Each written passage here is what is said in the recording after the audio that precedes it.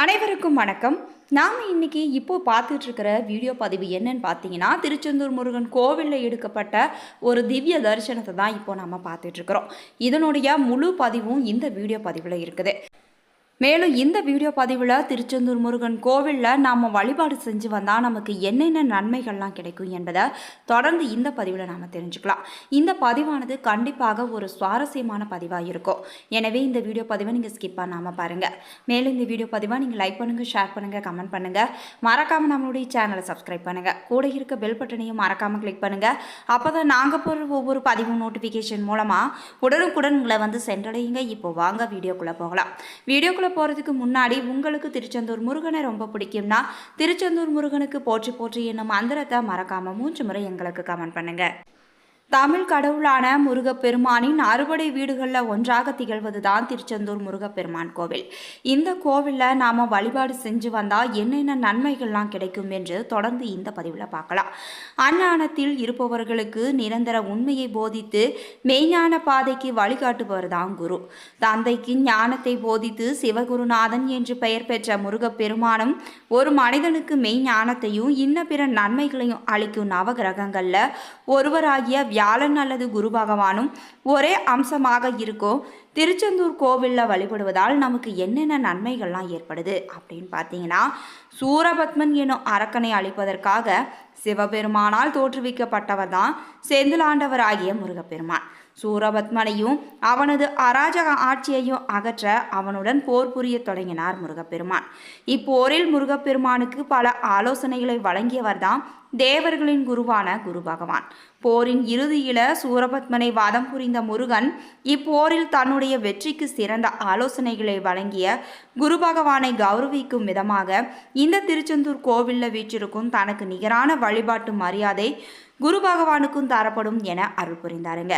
எனவே இத்தல முருகனே குரு பகவானாக கருதி வழிபடுறாங்க. ஜோதிடத்தில் குரு பகவான் மட்டுமே முழு சுபகிரகம். ஜாதகத்தில் குருவின் கோச்சாரம் சரியில்லாதவங்க குரு கிரக பெயர்ச்சியால் பாதகமான பலன்களை பெறுபவர்கள் இந்த திருச்செந்தூர் கோவில் கடற்கரையில் வியாழக்கிழமையன்று காலையில் நீராடி பின்பு அங்கிருக்கோ நாளைக்கிணற்று தீர்த்த நீரிலும் நீராடி கோவிலுக்கு சென்று செந்திலாண்டவருக்கு அர்ச்சனை செய்து வழிபட குரு பகவானால் நன்மைகள் ஏற்படுங்க. குரு கிரக பெயர்ச்சியால் கெடுதலான பலன் ஏற்பட இருந்தவர்களுக்கும் இந்த பாதிப்பு ஏற்படாமல் காக்குங்க. மேலும் புத்திர பேரு, உயர் பதவிகள், பொன் சேர்க்கை போன்றவற்றிற்கும் குரு பகவானே காரணமாக இருக்கிறாரு. எனவே முன்பு கூறப்பட்டது போலவே இக்கோவிலின் கடல் மற்றும் தீர்த்தத்தில் நீராடி பின்பு இறைவனுக்கு அர்ச்சனை செய்து வழிபட்டு இக்கோவிலில் இருந்தவாறு முருகன் மற்றும் குரு பகவானுக்குரிய மந்திரத்தை கூறி வழிபட்டு கோவிலை 9 முறை வலம் வந்து வழிபட வேண்டுங்க. இதனால் ஒருவர் எத்துறை சார்ந்த பணிகளில் ஈடுபட்டிருந்தாலும் அதில் உயர்ந்த நிலைக்கு வருவாங்க. குறிப்பாக அரசியலில் இருப்பவங்க இந்த வழிபாட்டை செய்ய அவர்களுக்கு நல்ல யோகமும் உண்டாகுங்க. நீண்ட நாட்களாக குழந்தைகள் இல்லாமல் தவித்தவர்களுக்கு கண்டிப்பாக குழந்தைகளும் பிறக்கும். பொன் ஆபரணங்களின் சேர்க்கையும் ஏற்படுங்க. முருகனின் படை வீடுகளில் 2ஆம் படை வீடாக திகழும் திருச்செந்தூரில் வழிபடு செல்லும் முறை பற்றி தொடர்ந்து இந்த பதிவில் தெரிஞ்சுக்கலாம். திருச்செந்தூருக்கு சென்று கடவுளை தரிசிக்கும் முன்பு முதலில் கடலில் நீராட வேண்டுங்க. பின் ஈர துணியுடனேயே கடற்கரையில் உள்ள நாணி கிணற்றில் ₹1 கட்டணம் செலுத்தி கிணற்று படிகளில் இறங்கி அங்குள்ள ஊற்றில் 2 வாளி தண்ணீர் நாம் மேலே ஊற்றுவாங்க.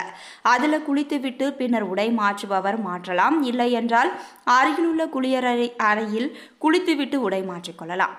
பின் நேரடியாக கோவிலுக்கு செல்லாமல் அருகிலுள்ள மூவர் சமாதிக்கு சென்று வணங்கி, அதாவது மௌன சுவாமி, காசி சுவாமி, ஆறுமுக சுவாமிகள், இவர்கள்தான் மூவர் சமாதி என்று சொல்வாங்க. இங்கே சென்று வணங்கிவிட்டு தான் முருகரை காண செல்ல வேண்டுங்க. இவர்கள் யார் என்ற கேள்வி கட்டாயம் எழும். சிதிலமடைந்திருந்த திருச்செந்தூர் திருக்கோவிலை புனரமைத்தவங்க. மேலும் வாக்கு சொல்பவர்கள், ஜோதிடம் பார்ப்பவர்கள், பரிகாரம் செய்பவர்கள், இவர்களுக்கு ஏற்படும் தோஷங்களுக்கு மூவர் சமாதிக்கு கண்டிப்பாக செல்ல வேண்டுங்க. சென்று விளக்கேற்றுவது மிகப்பெரிய நன்மையை பெற்று தரும். பின் கோவிலுக்கு வரும் வழியில முன்பக்கமே பொருள் பாதுகாப்பு அறையும் இருக்குதுங்க. அதை கடந்து கோவிலை நோக்கி வந்தால் காலனி பாதுகாக்கவும் அறை இருக்குது. அங்கு தேங்காய், பழம், பூக்கள், மாலைகள் வாங்கலாம். திருச்செந்தூரில் விலை அதிகம்தான். தூத்துக்குடிக்கும் இந்த பகுதிகளுக்கும் பூக்கள் வெளி மாவட்டங்கள்ல இருந்து தான் வருதுங்க. பின் முருகர் கோவிலுக்கு வந்து இலவச தரிசனம் அல்லது கட்டண தரிசனமும் நீங்கள் செய்யலாம். அர்ச்சனை செய்பவங்க சீட்டு வெளியில் கவுண்டரிலேயே வாங்கி கொள்ளலாங்க. கட்டண தரிசனம் மூலம் முருகனின் கற்பகிரகம் எதிரே உட்கார்ந்து தரிசனம் செய்ய அனுமதிப்பாங்க.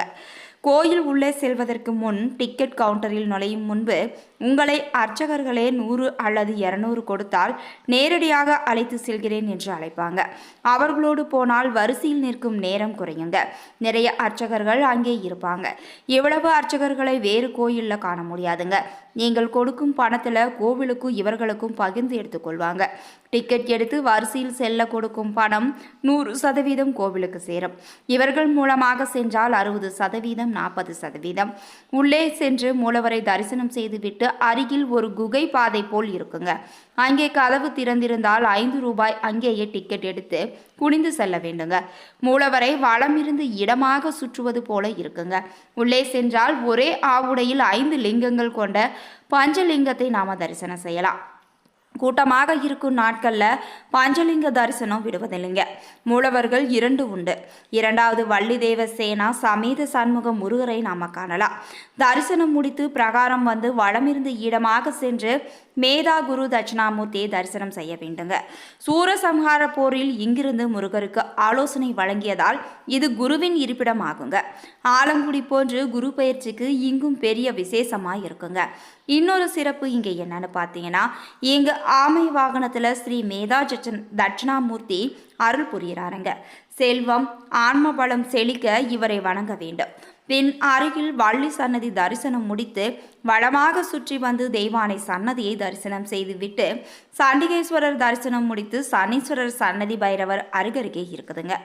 தரிசனம் செய்துவிட்டு வெளி பிரகாரம் வந்து மீண்டும் வளமிருந்து இடமாக பிரகாரம் சுற்றினால் ராஜகோபுரம் நோக்கி விநாயகர் வீற்றிருப்பாருங்க.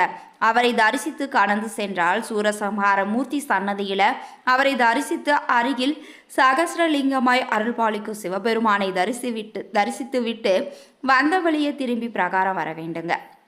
அங்கே பெருமாள் நாராயணன் சன்னதியும் இருக்குதுங்க. பெருமாளை தரிசித்து விட்டு வெளியே வருகிற வழியில் கொடிமரம் அருகே கோவில் சுவரில் ஒரு துளை இருக்குங்க. அந்த ஓட்டையில் உங்களுடைய காதுகளை வைத்தால் வெளிப்புறத்திலிருந்து வரும் கடல் காற்று ஓம் என்று ஒலிக்குங்க.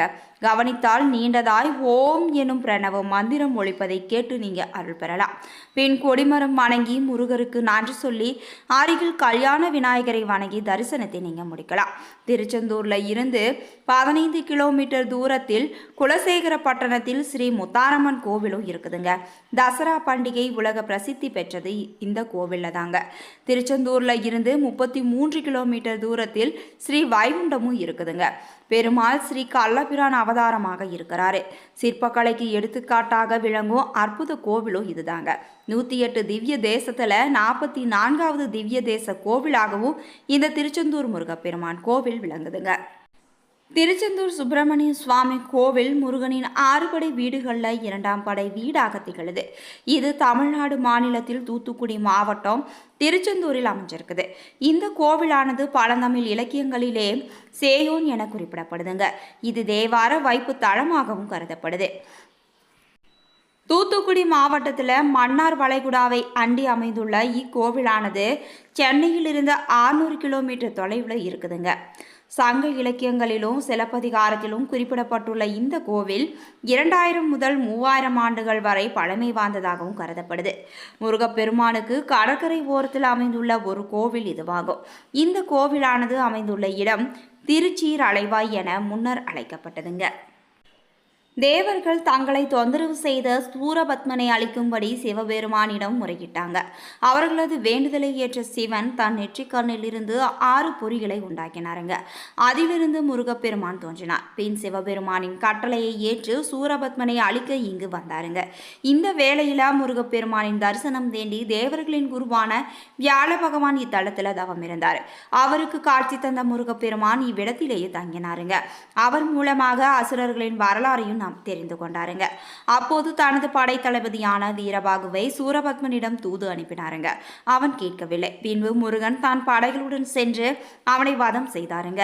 வியாழ பகவான் முருகனிடம் தனக்கு காட்சி தந்த இந்த இடத்தில் எழுந்தருளும்படி வேண்டிக் கொண்டாருங்க. அதன்படியே முருகனும் இங்கே தங்கினாருங்க. பின்பு வியாழ பகவான் விஸ்வகர்மாவை அழைத்து இங்கு கோவிலும் எழுப்பினாருங்க.